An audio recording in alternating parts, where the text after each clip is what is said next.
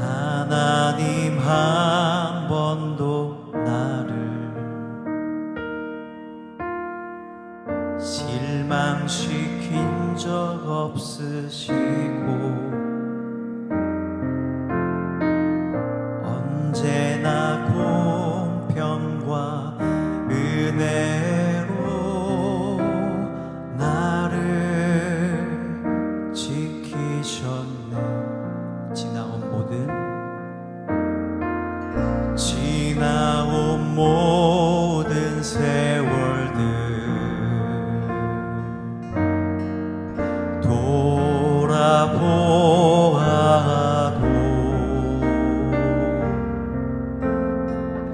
그 어느 것 하나 주의 손길 안 미친 것 전혀 없네. 오신실하신 주,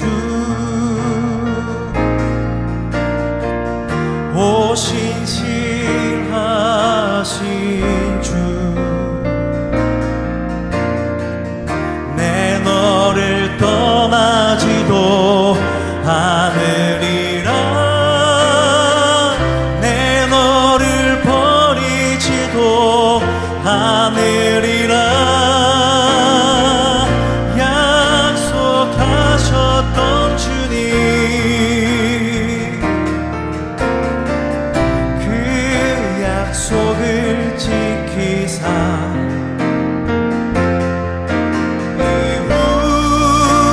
이후로도 영원토록 나를 지키시리라 확신하네.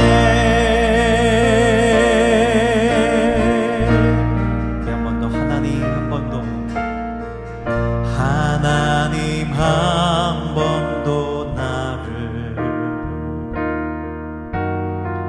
실망시킨 적 없으시고 언제나 공평과 은혜로 나를 지키셨네. 지나온 모든 세월들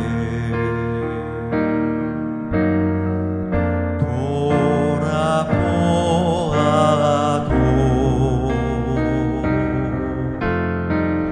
그 어느 것 하나 주의 손길 안 미친 것 전혀 없네.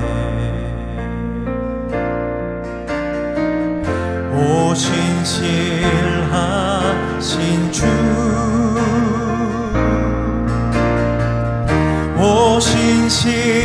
오신실하신 주, 내 너를 떠나지도 않으리라. 내 너를 버리지도 않으리라. 약속하셨던 주님,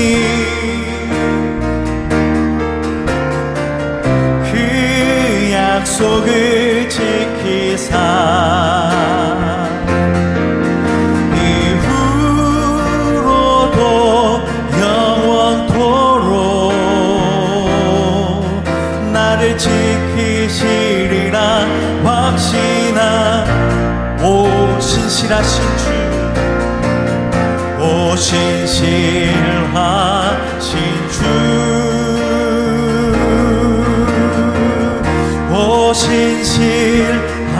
오신실하신 주, 내 너를 떠나지도 않으리라. 내 너를 버리지도 않으리라.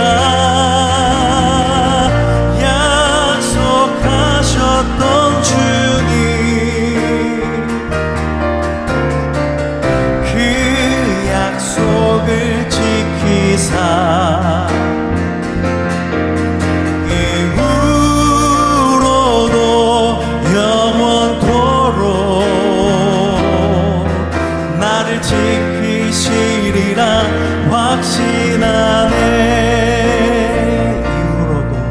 이후로도 영원토록 나를 지키시리라 확신하네. 우리 한 번 더. 오신실하신 주,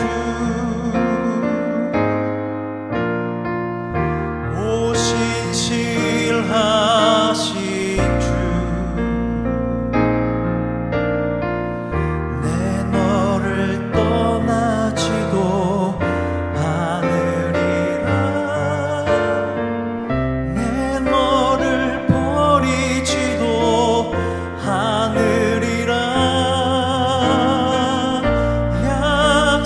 약속하셨던 주님,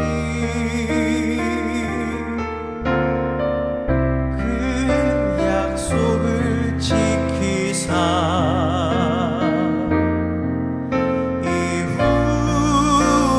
이후로도 영원토록 나를 지키시리라 확신하네. 이후로도 영원토록, 이후로도 영원토록 나를 지키시리라 확신하네.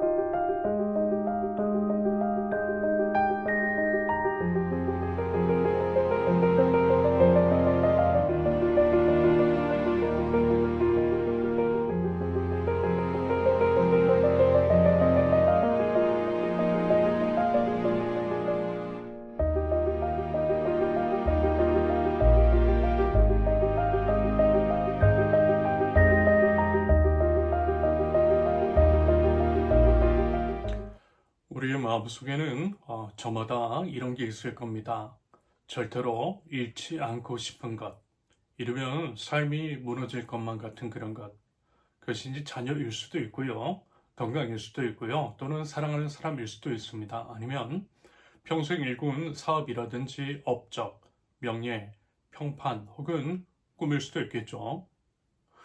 그런데 이제 삶의 여정 속에서 한두 번쯤은 그것들이 이제 흔들리는 것을 경험할 때가 있죠.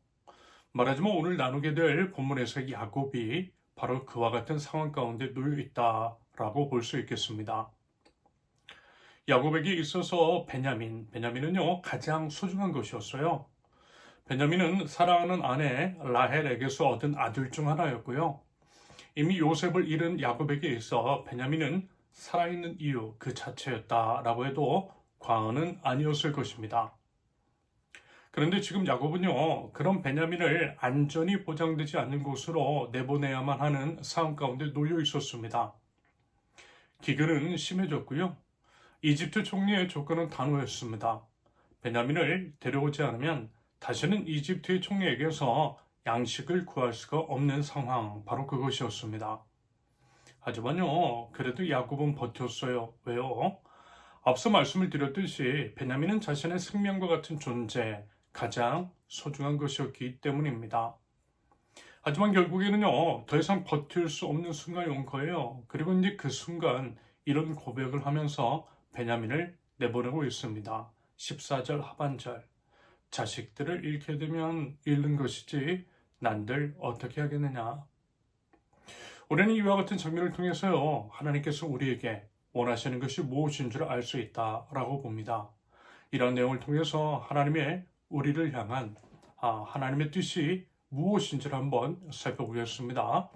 첫째, 벼랑 끝에 세우시는 하나님. 1절에서 7절까지입니다. 먼저 1절을 보시면 1절, 그 땅에 기근이 더욱 심해갔다. 이미 야곱의 아들들이 한 차례 이집트의 곡식을 사왔던 터였습니다. 그런데요, 그 곡식도 그만 바닥이 났어요. 기근은 기다려주지 않았고요, 오히려 점점 더 심해졌습니다. 이제는 더 이상 견딜 수 없는 지경에 이르렀어요. 그러자 야곱이 아들들에게 말한 겁니다. 2절, 다시 가서 먹거리를 조금 더 사오너라. 이것은 분명 생존의 문제였습니다. 생존의 문제 앞에서 터져나온 본능이었고요, 본능에 따른 신음이었습니다. 여러분, 오랜 굶주림 앞에서 장사 없지요? 눈이 뒤집혀집니다. 그러면서 이제 기근이 심해갔다라고 하는 것은요, 더 이상 현재 상태의 유지조차도 도저히 이제 불가능하다라고 하는 신호였어요. 이제까지는 어떻게 해서든 버텨왔는데 더 이상 버틸 수 없는 그 순간, 이 정도면 괜찮겠지라고 생각을 했지만 그게 아니었던 상황. 말하자면 지금 야곱이 마주한 상황이 정확하게 그랬습니다. 그러면서 하나님은 종종 이와 같은 고난, 더 이상 버틸 수 없는 상황, 벼랑 끝으로 몰아가셔서 우리를 결국 움직이시는 것이 있더라는 거예요. 그래서 결국 점점 더욱 심해진 기근은요, 야곱을 하나님의 섭리 가운데 밀어넣는 하나의 도구라 말할 수 있겠습니다. 저 같은 경우에도 그랬다라고 여러 차례 말씀을 드린 적이 있죠. 목사하기 싫었는데, 게다가 이제 개척은 더더욱 하기 싫었는데, 목사를 해야만 할 거, 개척을 해야만 하는 상황으로 몰아넣으셨다라고 말입니다. 상황과 방향을 그렇게 몰아가셨어요. 제 인생 속에서 기근이 더욱 심해지는 것을 경험하게 하심으로써 그랬습니다. 바꿔 말하면 제가 벼랑 끝에 서 있는 것과 같은 상황과 환경 가운데 놓여있지 않았더라면 결코 목회도 안 했을 거고요, 개척도 하지 않았을 겁니다. 아마 인생을 살면서요, 다들 이런 경험 한두 번씩 있을 거예요. 한편 이집트에 이제 양식을 조금 더 사오라는 아버지 야곱의 말에 아들 유다가 이렇게 이야기를 해요. 3절과 4절. 그 사람이 우리에게 엄하게 경고하면서 너희가 막내 아우를 데리고 오지 않으면 다시는 나의 얼굴을 못 볼 것이다 하고 말하였습니다. 우리가 막내를 데리고 함께 가게 아버지께서 허락하여 주시면 다시 가서 아버지께서 잡수실 것을 사오겠습니다. 이집트의 총리가 경고한 내용을 이야기하면서 막내 베냐민을 반드시 데리고 가야 한다라는 거예요. 그렇지 않으면요, 아버지가 명령한 것을 할 수 없다라고 하는 의미입니다. 그러자 야곱이요, 그 말을 듣고 이렇게 탄식을 해요. 6절, 어찌하려고 너희는 아버에 있다는 말을 그 사람에게 해서 나를 이렇게도 괴롭히느냐? 여러분, 이 말에서 감정이 격해진 야곱이 느껴지시죠? 원망과 짜증과 분노가 섞여 있어요. 아무튼 이에 대해 아들들도 변명을 해요. 7절, 그가 우리 아우를 그리로 데리고 오라고 말할 것이라고는 상상도 하지 못하였습니다.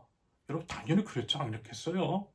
어느 누가 이집트의 총리가 그런 반응을 보일 것이라고, 다시 말해서 막내 아우를 데리고 오라 할 것이라고 상상할 수 있었겠습니까? 그래서 당황스러웠던 것은 아들들도 마찬가지였어요. 그러니 아버지의 이제 그 민감한 반응이 솔직히 원망스러웠을 겁니다. 아들들의 입장에서도요, 억울했던 거죠. 그러면서 이제 가만 보면요, 야곱도 그렇고요, 아들들도 그렇고요, 어느 누구 하나 책임을 지고 결단하려 하지 않고 있어요. 상황은 분명 긴박한데 책임 회피만 하고 남탓만 하고 있는 형국입니다. 현실을 직시하지 못한 채 모두가 이제 교착 상태에 빠져 있더라는 거죠. 이러지도 못하고 저러지도 못하는 상황. 여러분, 우리도 그럴 때가 있죠. 어떤 위기가 닥쳤을 때 우리도 이제 그런 면이 있는 것 같습니다. 원인을 외부에서만 찾고 상황 탓, 남 탓만 해요. 변명만 들어놓아요. 그러면서 아무것도 하질 않아요. 제가 이제 지난번에 몸담았던 교회에서도 그런 적이 있었어요. 법이 바뀌어서 불법 증축한 것을 원상복귀해야 하는 상황이 되었을 때 결정을 차에 미뤘어요. 이러다가 말겠지 하면서 대책을 한동안 세우지 않았습니다. 아무도 나서서 책임지지 않더라고요. 건축법상으로도 소방법상으로도 불법인 것을 분명히 알고 있었으면서 원래 거기는 그랬다라는 식으로 갑자기 이제 달라진 정부의 태도만 나타났더라고요. 구차한 변명만 해요. 점점 달라지는 상황과 현실을 직시하지 못한 채 과거에 함몰되어 있으면서 과거의 관행대로만 하려고 하는 거예요. 이미 세상은 달라졌는데 말입니다.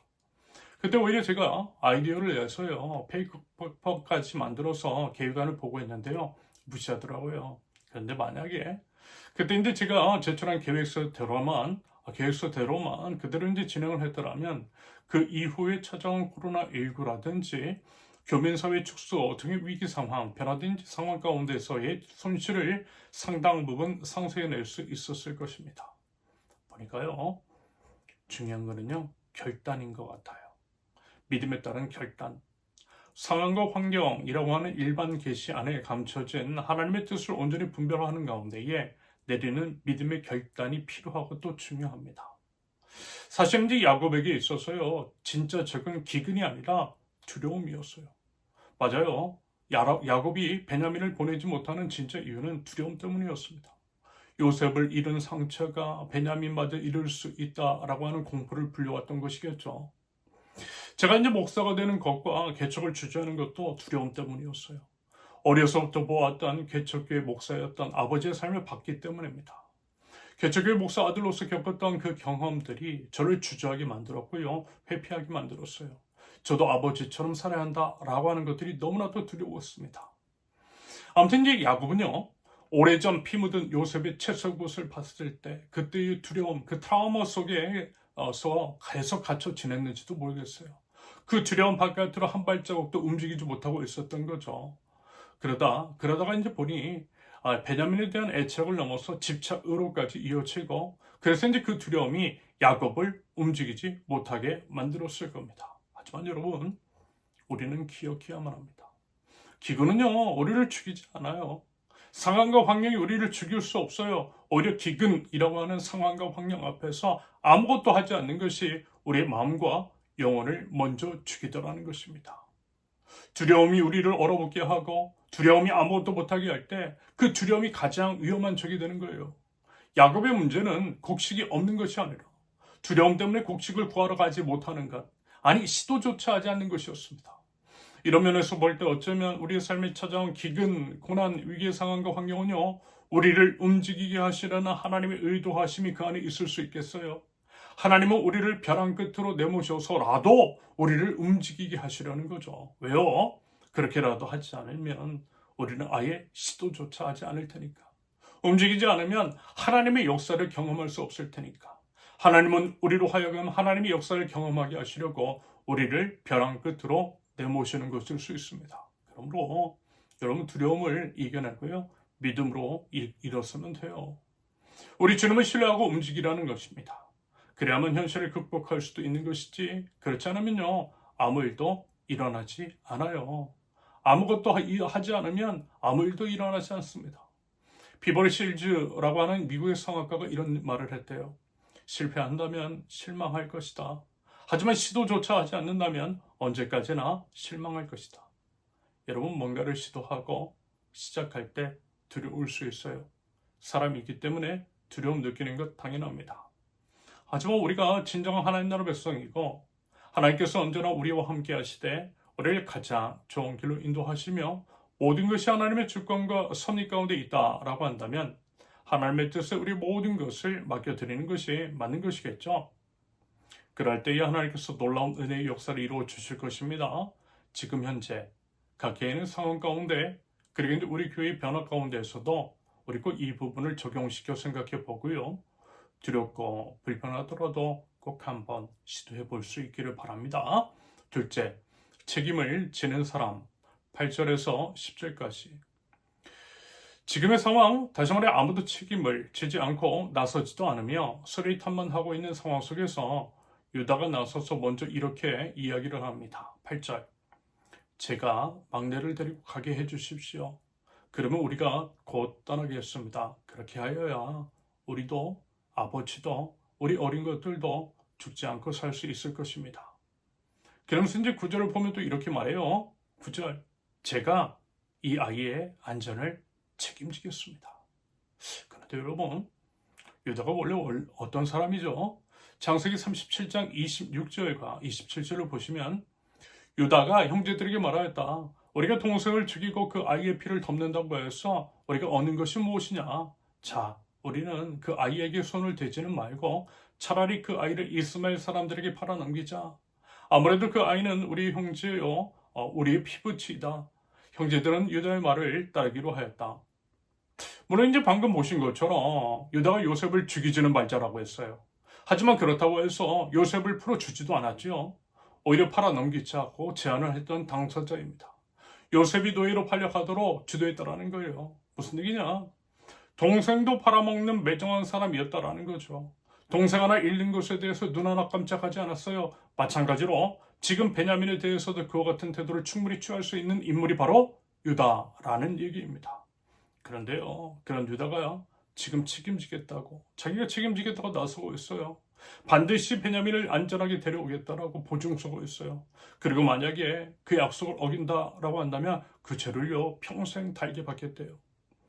이처럼 과거에 베냐민의 형 요셉을 팔아넘긴 유다가 이제는 요셉의 동생 베냐민을 위해서 자신의 목숨을 담보로 내밀고 있습니다. 한마디로 뭐예요? 유다가 변했다라는 거예요. 우리 유다가 달라졌어요. 그러면서 8절 하반절을 다시 한번 보세요. 8절 하반절. 그렇게 하여야 우리도 아버지도 우리 어린 것들도 죽지 않고 살 수 있을 것입니다. 말하자면 유다는요, 가족 전체의 생존을 보고 있었던 거예요. 아버지의 목숨도 자신의 목숨도 형제들의 목숨도 어린 자녀들의 목숨도 이 모든 것이 지금 이 순간에 결단에 달려 있다라고 하는 것을 유다는 알고 있었어요. 그래서 결국 가족 전체의 생명을 책임지겠다라고 하는 심정 가지고 담대하게 나아갔던 것입니다. 나아가서요, 자신의 전부를 담보로 내밀었어요. 계속해서 이제 9절 보시면 아버지께서는 그 아이에 대해서는 저에게 책임을 물어주십시오. 제가 그 아이를 아버지께로 다시 데리고 와서 아버지 앞에 서지 못한다면 그 죄를 제가 평생 달게 받겠습니다. 이처럼 유다는 자신의 신라와 명예, 자신의 목숨 전체를 담보로 내밀었습니다.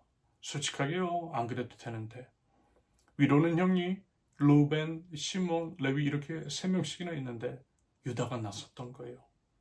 아무도 나서지 않고 주저하며 남탓만 하는 상황 가운데서 앞장서서 총대 맨 거예요. 아무도 하지 않는 일을 유다가 책임을 지고 나서서 했다라는 것입니다. 아울러 이제 10절에서 우리가 이렇게 머뭇거리고 있지 않았으면 벌써 2번도 더 다녀왔을 것입니다 라고 말을 했던 것은 유다가 지금의 급박한 현실을 직시하고 모두에게 닥친 고난을 타개하기 위해서 즉시 움직일 것을 촉구하는 것으로 이해가 가능합니다. 여러분, 책임을 지는 자가 리더이지요. 리더는 다름 아닌 책임을 지는 사람입니다. 리더라면 책임을 지는 것이 마땅합니다. 리더라면 계속해서 머뭇거리는 것이 아니라 결단하고 책임을 져야 하는 것이 맞아요. 그래야만 공동체에 닥친 위기도 돌파할 수 있어요. 하나님께서 허락하신 새로운 국면을 맞이할 수도 있게 되는 겁니다. 그것을 위해서 결단하고 나서는 용기가 리더에게 필요합니다. 그러면서요, 성경 신학적으로 이 장면을 볼 때 유다가 이제 베냐민을 책임지겠다라고 나서는 모습은요, 예수님의 예표라 할 수 있겠습니다. 유다의 모습 속에서 예수님이 보이더라는 거예요. 다름 아닌 유다 지파에서 오신 우리 예수님께서 죄인인 우리를 책임지셨잖아요. 우리의 보증인이 되셨어요. 히브리서 7장 22절 이렇게 해서 예수님께서는 더 좋은 언약을 보증하시는 분이 되셨습니다. 유다가 베냐민을 위해 자신을 담보로 내밀었듯이 예수님은 우리를 위해 당신 자신의 생명을 담보로 주셨어요. 아니, 실제로 십자가 위에서 생명을 드리셨어요. 그러면서 여러분, 유다는 분명 과거에는 죄인이었어요. 실패자였어요. 하지만 이제는 보증인이 되었습니다. 마찬가지로 우리 인제 실패나 상처가 우리를 결코 막을 수 없다라는 거죠. 이미 임한 우리 예수님의 은혜 안에서 우리도 누군가의 보증인이 되는 삶을 살 수 있다라는 것입니다. 물론 나는 자격 없지만 자격이 충분하신 우리 예수님이 우리와 함께하고 계시기 때문입니다. 우리 예수님의 은혜로 일어서면 되고요. 그 은혜로 누군가를 살리기 위해서 나설 수 있어요. 여러분 그거 하자라는 거예요. 하나님께서 우리에게 그것 원하신다라는 겁니다. 그러므로 혹시라도 이제 우리 주변에 어려운 가운데 있는 사람이 있다라고 한다면 그래 보자라는 거예요. 그리고 이것이 다름 아닌 열이 모여 하나를 세우는 교회. 10사람이 모이면 한 사람을, 10가정이 모이면 한 가정을 세울 수 있다라고 하는 우리 세우는 교회의 방향성 안에 담겨있는 의미입니다. 여러분 혹시라도 과거의 실패 때문에 주저하고 있다면 우리 유다 보면 좋겠어요. 유다는 분명 실패자한 인물 주인이었습니다. 요셉을 팔아넘긴 장본인이었어요. 게다가 자신의 이제 며느리 다말과도 약속을 지키지 않았고요. 그 가운데 며느리와 근친상간도 저질렀던 부끄러운 사람이었습니다. 하지만 하나님의 은혜로 그는 변화되었죠. 비록 자격 없고 부끄러운 인생 죄인이었지만 더 이상 실패한 자리, 죄의 자리에만 머물러 있지 않았어요. 주님의 은혜를 붙들고 다시 일어서서 책임지겠다라고 나서는 인생이 되었습니다. 그러면서 이제 우리가 한 가지 또 기억해야 할 것은요. 우리 하나님이 완벽한 사람만을 쓰시는 게 아니더라는 것. 하나님은요. 우리 이제 회개하고 예수님의 은혜 안에서 다시 일어서는 사람을 쓰신다라고 하는 것들을요. 여러분 우리 꼭 기억하면 좋겠습니다. 부디 그 주님을 믿고요. 의지하면서 하나님 저를 사용해 주세요. 사용해 주셔서 이웃들 살려주세요. 라고 하면서 나아가보자라는 것입니다. 그럼으로써 은혜 입은 나를 통해서 역사하시는 하나님을 경험할 줄 아는 저와 여러분들 모두 되실 수 있기를 바랍니다. 셋째, 믿음의 결단 11절에서 15절까지입니다.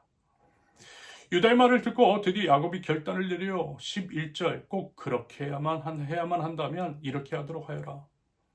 그러면서 이제 계속해서 당부의 말을 하고 있는데요. 아무튼 이렇게 결단을 내리기까지 여러분 얼마나 많은 밤을 야곱이 뒤척였겠어요. 당연히 힘써 기도했겠죠. 그 가운데 어렵게 나온 말이었을 겁니다. 그러니까요.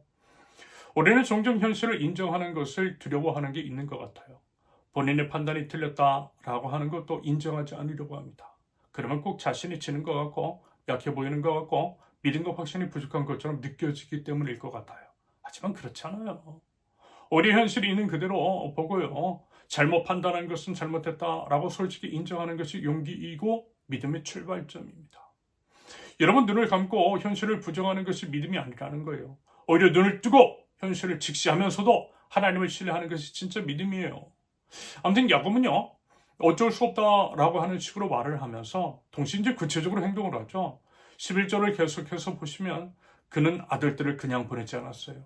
가나안 땅에서 나오는 소출물 중에서 가장 좋은 것들을 준비하게 해요. 12절에서는 돈도 2배로 가지고 가라고 합니다. 무슨 얘기냐면 할 수 있는 모든 최선을 다했다라는 겁니다. 여러분 이것이 성경이 가르치는 믿음의 방식인 거 아시죠? 하나님께 맡기는 동시에 최선을 다해야 한다는 거예요. 학생 같으면 기도만 하는 것이 아니라 공부도 열심히 해야 하는 게 맞아요. 교회도 마찬가지입니다. 기도하면 맡기되 교세가 약화되고 기독교에 대한 인식이 부정적이며 개척교회는 물론이고 기존 교회들도 공동체가 해체되는 상황 가운데에 그 현실을 직시해야만 하는 겁니다.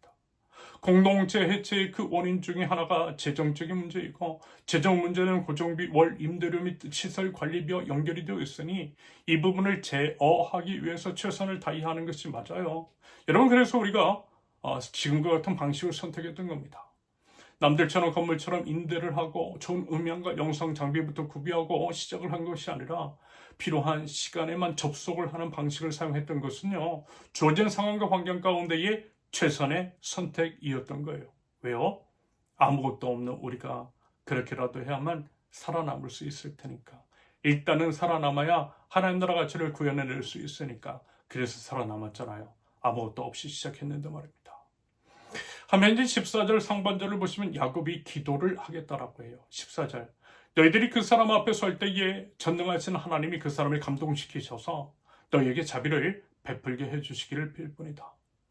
야곱이 의지한 전능하신 하나님은 다름 아닌 아브라함에게, 이삭에게 그리고 야곱 자신에게도 나타나셨던 하나님의 이름입니다.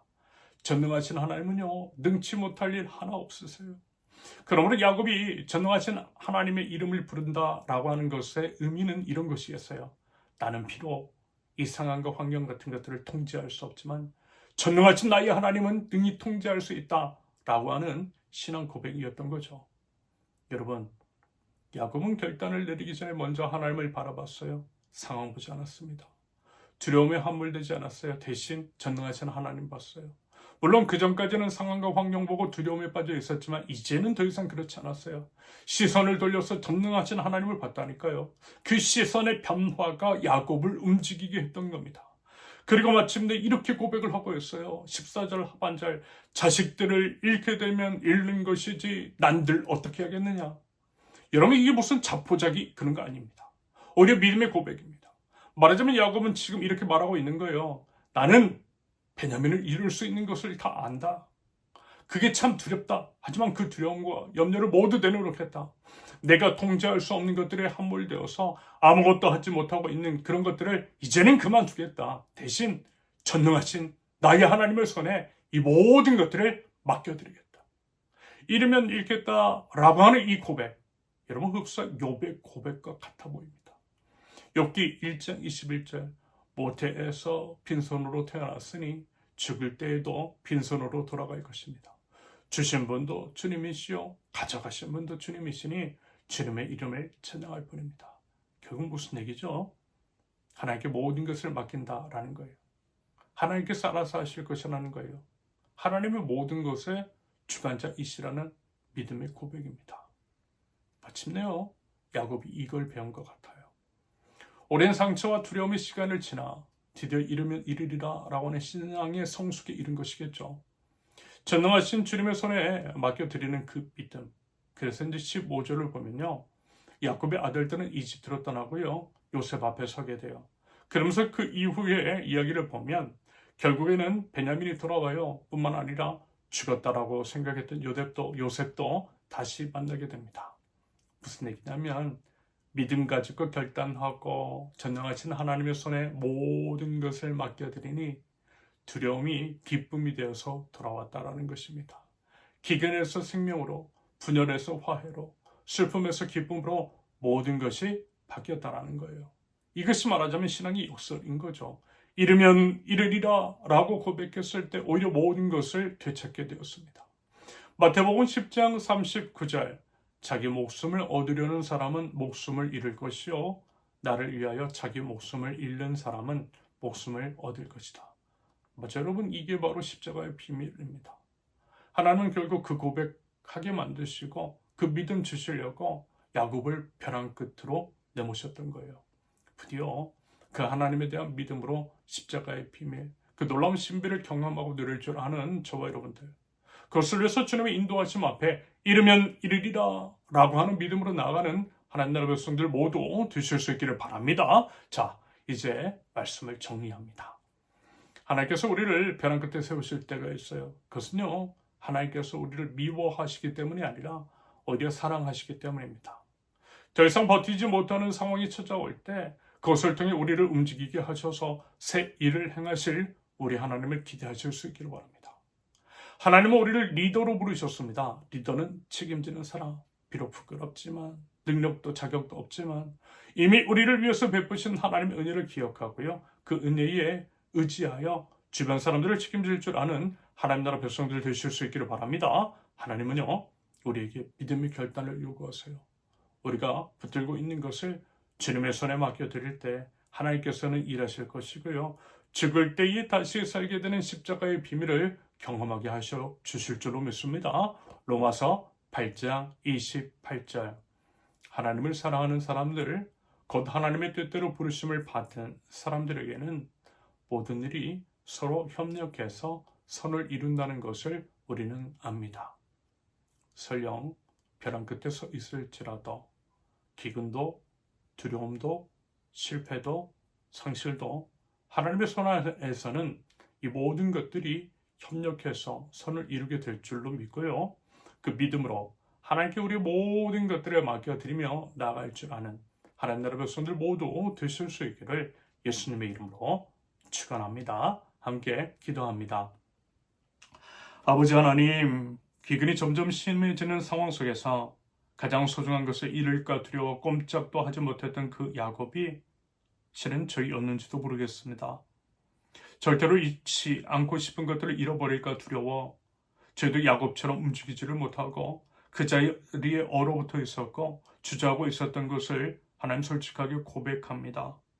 두려움이 저희를 사로잡을 때 저희는 상황만 바라봤습니다. 하나님 바라보지 못했습니다. 두려움이 저희 발을 묶을 때 저희는 남탓만 했고요. 변명만 했습니다. 아무것도 시도하지 않은 채 그저 그 자리에 머물렀습니다. 그 모든 연약함을 이제는 주님 앞에 솔직하게 내려놓고 다시금 주님 앞으로 나아갑니다. 하나님께서 저희를 벼랑 끝에 세우시는 것은 그것이 저희를 미워하시기 때문이 아니라 오히려 사랑하시기 때문이라는 것을 알게 없어서 기근이라고 하는 상황과 환경을 통해서라도 저희를 움직이게 하시고 하나님의 역사를 경험케 하시려는 하나님의 섭리가 있음을 깨닫게 하여 주시옵소서. 벼랑 끝에 서 있는 자들, 이젠 더 이상 버틸 수 없다라고 낙담 가운데 있는 자들을 하나님 위로하여 주시고 이제는 시선을 하나님께로 돌려 하나님을 의지함으로써 믿음의 발걸음을 내디딜 수 있도록 하나님 믿음과 용기를 허락하여 주시옵소서.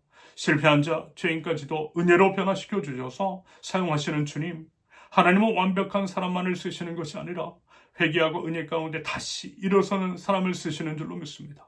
하나님 그 믿음 가지고 과거의 실패 가운데 더 이상 얽매여 있지 않게 없어서 이제는 다시 일어나 우리 주님께서 저희를 보증해 주시고 생명을 주셨듯이 저희도 누군가를 보증해 주시고 누군가를 위해서 나서는 은혜의 통로가 될 수 있도록 주님 인도하여 주시옵소서. 열이 모여 하나를 세우는 하나님 나라 공동체, 세우는 교회 공동체 될 수 있도록 하나님 인도하여 주시옵소서. 전능하신 하나님께 저희 모든 것들을 맡겨드립니다.